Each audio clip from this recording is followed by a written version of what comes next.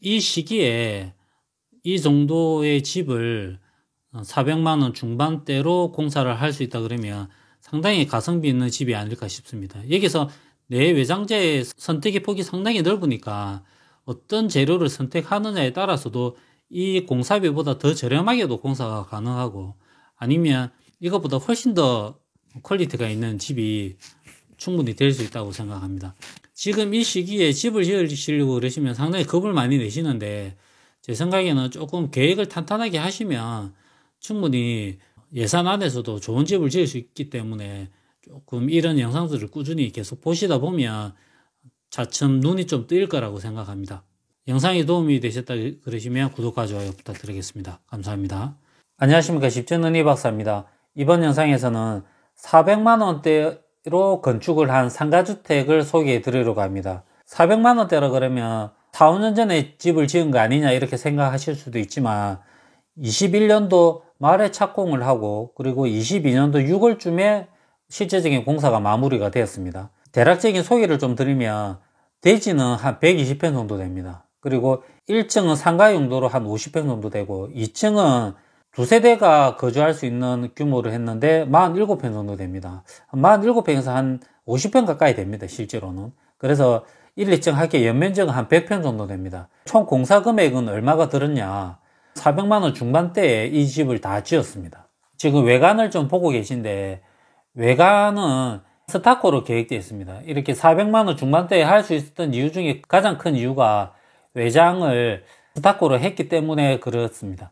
그리고 이제 지붕재는 알루미늄 징크를 사용을 했고, 창호는 1층은 상가이기 때문에 전부 다 알루미늄 창호를 사용을 했습니다. 그리고 2층은 PVC 이중창을 사용을 했습니다. 전면에 보시다시피 난간대는 알루미늄 루바 형태로 저희가 난간을 구성을 했습니다. 평면을 가지고 조금 설명을 드리면, 배치 형태는 안 나와 있지만 이렇게 기역자 형태로 상가를 잡았습니다. 이 상가의 용도가 좀 명확히 되어 있었기 때문에 처음부터 그렇게 기역자 형태의 구조를 잡았습니다. 실제로 이 집은 나중에 커피숍을 할 예정인데, 커피숍 인테리어가 마무리가 되고 이렇게 하면 제가 한 번 더 영상을 올리든지 그렇게 한번 계획을 잡아 보겠습니다. 2층 같은 경우에는 제가 조금 흐릿하게 남아 있는데, 주인 세대 구성이 하나 있고 옆에 원룸 형태의 집이 있습니다. 사실은 원룸의 이 형태가 조금 더 줄어들어야 제 생각이 맞을 것 같은데, 건축주분이 다 사용을 하십니다. 원룸을 세를 주는 게 아니라 가족 구성원 중에서 한 분이 사용을 하실 거라서 원룸의 형태가 조금 더 큽니다.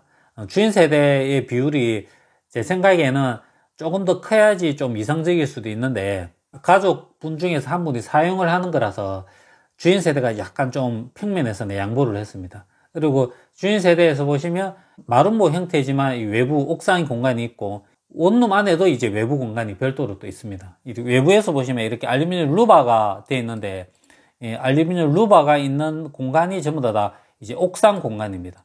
제가 외부에는 원래 난간을 많이 하는데, 실제로는 1층은 커피숍으로 지금 계획되어 있기 때문에 커피를 마시러 오시는 손님들이 2층에서 거주하시는 분들이 옥상에서 이렇게 쳐다봤을 때 시선이 부딪히면 안 되니까, 그래서 이제 난간 대신 이렇게 알루미늄 루바를 사용을 했습니다. 여기서 조금 안타까운 게, 제가 알루미늄 루바를 사용을 할 때 아르비로 꽉 차 있어야 가장 이상적인데, 건축주분이 집안에서 좀 깝깝하다는 얘기를 계속 말씀을 하셔가지고 그걸 반영한다고, 주인 세대는 그나마 나은데 원룸 세대는 위에 상부를 조금 비웠습니다. 건축주 의견을 많이 반영해서 이렇게 했던 부분이었지만 제가 조금 더 설득하지 못한 게 좀 아쉽습니다. 이제 외부 디자인으로 봤을 때는 알루미늄 루바가 그 위에까지 다 올라가는 게 조금 디자인적으로 좋았을 것 같은데, 그게 두고두고 조금 아쉽습니다. 내부를 조금 소개해 드리면, 내부에서 이제 상가 안에는 그냥 통으로 비어 있습니다. 그래서 특별하게 보여드릴 내용은 없고, 이제 주인 세대 2층에서 설명을 좀 드리면, 지금 형태가 거실하고 주방하고 같이 연결되어 있다 보니까 이제 주방 위치입니다. 실제로 이렇게 거주하실 분이 연세가 좀 있으시다 보니까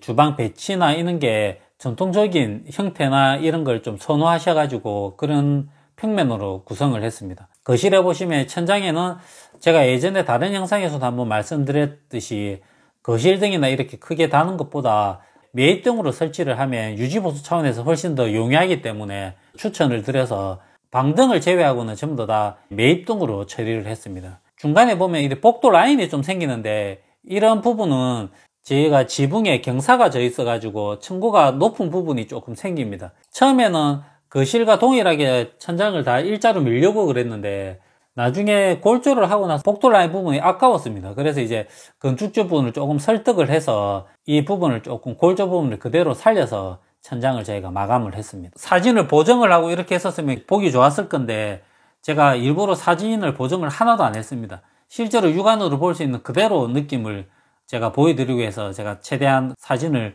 보정을 않고 그대로 지금 보여드리는 거고, 사진으로 이 느낌보다 실제 느낌이 좀 더 밝고 좋았던 것 같습니다. 사진을 찍을 때 이 시점이 전적되었어 가지고 제 휴대폰으로 찍는 게 조금 한계가 있었습니다.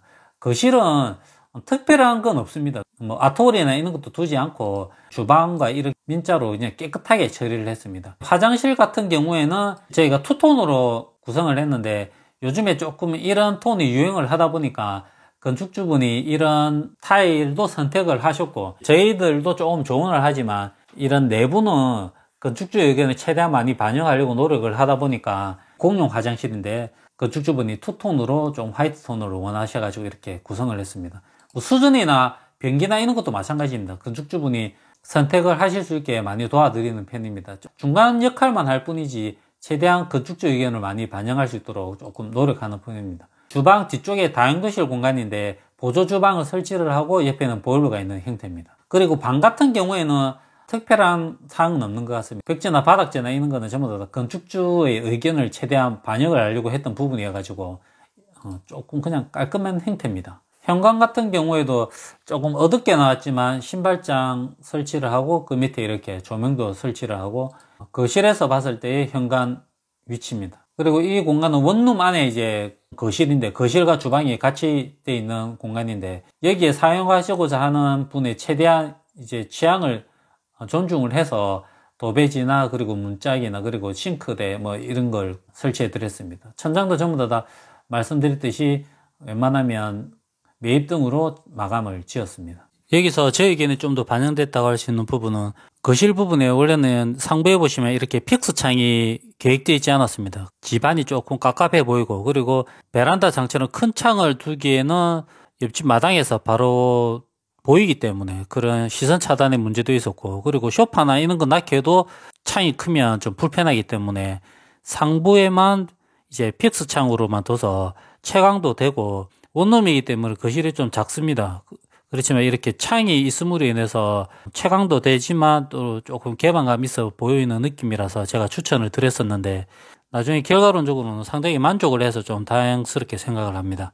이런 창들은 방에서도 조금 응용이 가능합니다. 방에 두 면을 다 창으로 넣기도 조금 부담스럽고, 그렇다 그래서 한쪽만 창을 두기에도 조금 깝깝하게 느끼시는 분들은 이런 창을 한쪽 면에 상부에 설치를 하면 상당히 좋을 거라고 생각합니다. 그리고 주변 환경이 더 좋다 그러시면 액자 형태의 느낌을 줄 수 있어서 어떤 면에서는 요즘에 제가 조금 많이 권해드리는 창의 형태입니다. 이 시기에 이 정도의 집을 400만 원 중반대로 공사를 할 수 있다 그러면 상당히 가성비 있는 집이 아닐까 싶습니다. 여기서 내 외장재의 선택의 폭이 상당히 넓으니까 어떤 재료를 선택하느냐에 따라서도 이 공사비보다 더 저렴하게도 공사가 가능하고, 아니면 이것보다 훨씬 더 퀄리티가 있는 집이 충분히 될 수 있다고 생각합니다.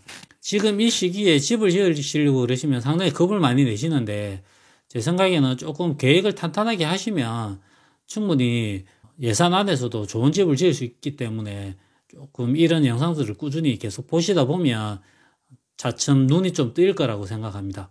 영상이 도움이 되셨다 그러시면 구독과 좋아요 부탁드리겠습니다. 감사합니다.